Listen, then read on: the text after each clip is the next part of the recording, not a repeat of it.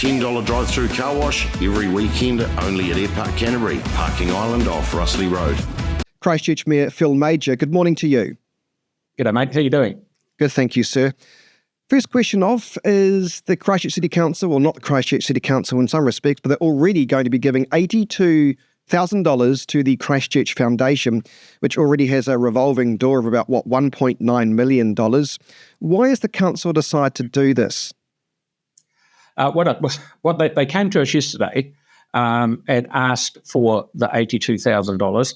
I was more than happy to put it on the table because we're going to have a workshop in 2 weeks' time and make a decision then to give the $82,000 plus some more if we were happy with the workshop. But it was decided to give, because the workshop's only in 2 weeks' time, and it was decided to give them the $82,000 straight away, and then the rest will be out of the back end of the workshop if it goes the way they want it. Why do they need this money? So what's happened, the Christchurch Foundation was born a long time ago, and we were, as council, giving them $600,000 a year when I first started. It's now been whittled down to 400, 200 and 0. They had monies from the earthquake, which they distributed, and monies from the moss shooting, which they distributed, which did an excellent job. There is now no money left to distribute, but what the new board, who I've got a lot of faith in the new board, they're very very passionate, and they meet every 2 weeks, and they're on the ball.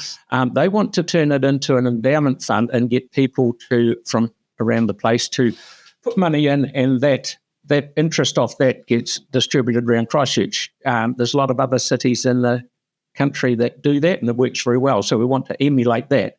But more or less, after the two disasters, all that money has been distributed. They've done a fantastic job. There's no more to distribute, but they want to turn into this new system. Okay. Let's talk about Hallswell Junction Road. Do you find it a little bit concerning that Hallswell Councillor Andre Moore had to file an Official Information Act request to get basic answers from staff about the ongoing issues with that road? And he said, and I quote, "Last year, it took me 3 months to get answers to questions that I had to submit an Official Information Act request to. When media picked up on this story last month, they got a response within a day." So the question is, what are staff playing at, Phil? I'm sure staff are not playing at anything. I'm not quite sure why things took so long. Maybe they were working on it for Andre and it finally all came together at the end and it just happened to come out at the same time. I'm not sure, but I'll go and check up on it. Do you think it's acceptable behaviour from staff to be withholding vital information from elected representatives? I don't think they're not going out of their way to withhold stuff. It might be in a delivery of as how they give it to them. But Hallswell Junction Road is a unique thing. I understand the people's frustrations out there on what's wrong with it. I understand it is now going to be fixed. Which is a good thing, I suppose. But it took a lot of advocacy from Andre to actually get this thing sorted, because there was a suggestion, or it's been suggested, that council staff said it's as good as new. And it never was. No. What we've got a problem, I love asphalt. I'd rather see asphalt all over the city. I'd rather see, even though asphalt's more expensive, I'd rather see it go on and be right rather than spray chip seal over old roads. My analogy is that if you paint a dented car with new paint, you've still got a dented car just with new paint on it, and that's what some of these roads were like. But what the problem is, take the likes of Bow Hill Road in New Brighton, the ground underneath is extremely strong, so they could put the asphalt smoothing straight on it. Hallswell Junction Road is a wee bit different. There are areas are a wee bit soft. It used to be an old, more or less, shingle road, and it's added on the side and added on the side. So there are soft spots. So the contractor went through and dug out the soft spots, and I challenge any contractor to actually dig out a soft spot, and when they repair the road, be able to drive over it and not feel it. The only way to do that is to either reconstruct the whole road or asphalt smooth over the top.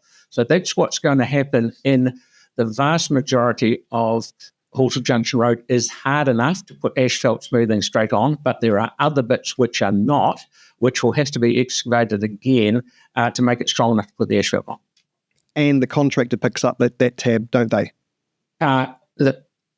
Yes, in the vast majority of it, yes. Okay.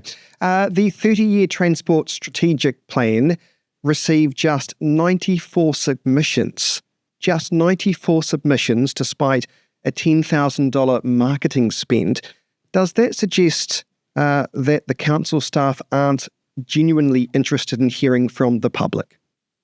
Oh, no, they're always interested in hearing from the public. I think it's probably an issue that the public weren't really that worried about. We got a whole lot the other day for dog control and look at what we got for the arts centre for the long-term plan. It's what people are interested in. And I don't think there's that many people that were, it hasn't got the pull that, it's not a biggie. So then how do we increase public engagement on issues like these that do matter? Because I can almost hear specific councillors further on down the track saying this is all evidence-based. We want raised platforms because this is what the public wanted. And then you've only got 94 people that actually made a submission. Do you see my point? Yeah, I certainly do see your point. And all of a sudden it'll be, we're putting all these speed humps in because that's what people wanted. That's what I'm getting at, yeah. Yeah, this transport strategy is it is a hell of a lot of work and a hell of a lot of words, but it's very, very very high level. It's just strategic stuff in the future, because it's a long way up. We're thinking of 30 years, but there was some talk of, my God, why are we redoing this 30-year plan when it's only about 10 years in? What's the story? There has been some changes after the earthquake, but so that we need to change around. But we also have to make sure that it's just high-level stuff. It's not going to come down to what's happening on the road in front of you so much, so quick. High-level stuff, perhaps, but as you pointed out with those speed bumps, I think it was Councillor Kelly Barber raised concerns at a staff meeting that staff were presenting one-year data of crash data to claim successive new speed bumps at the Bridge Marshlands intersection, despite a car going through a fence, which didn't seem to make the data since the platforms were installed. Isn't it misleading to compare 9 years of crash history with just 1 year of data, especially when there's already been a crash? And shouldn't a longer-term view or review be required before council staff claim success? I couldn't agree with you more. You've got to do apples for apples. You can't, the 9 years versus 1 year, that's not accurate. Mind you, it's only been in for 1 year, but you shouldn't compare it to 9 years if you haven't got 9 on the other side of the coin. Yeah. Just finally, a non-scientific Christchurch media poll suggested that there was, 87% vote in favour of you for the next mayoral candidate of Christchurch. Sarah Templeton failed to get into the thousands. Does that make you feel good? I mean, she's doing a lot of campaigning already. She's got a lot of social media videos saying how wonderful she is. I don't see the same from you, Phil. What the main thing is that getting results like that, I don't sit back and go, oh, look at this is easy. You've got to keep your foot on the pedal and keep going as hard as you can. I'm still focused on doing what's good for the city. I'll get into campaign mode probably in about another 2 months' time, right into the thick of it. But I saw what you'd put up, but I think... Did you vote for yourself? No, you'd probably find out. I don't know. No, I don't think so. No. Okay. Well, interesting. When you say you've got to put your foot on the pedal, is it a cycle pedal or a car pedal, Phil? That's the most important question. Oh, just good question. I have got a cycle pedal, but I don't put my foot on it very often. I am actually going out with Luca, who does work with Plains FM. I did a podcast with him the other day because it's World Down Syndrome Day tomorrow. I hope you've got your odd pair of socks on that you're wearing. And he's going to take me for a burn around some cycleways because he said how much it helps him get from one side of town to the other. So I'm really looking forward to that. Oh, I should get out the camera and film that one. Christchurch Mayor Phil Mauger, thank you very much for your time this morning. Have a great day. Good on you, buddy.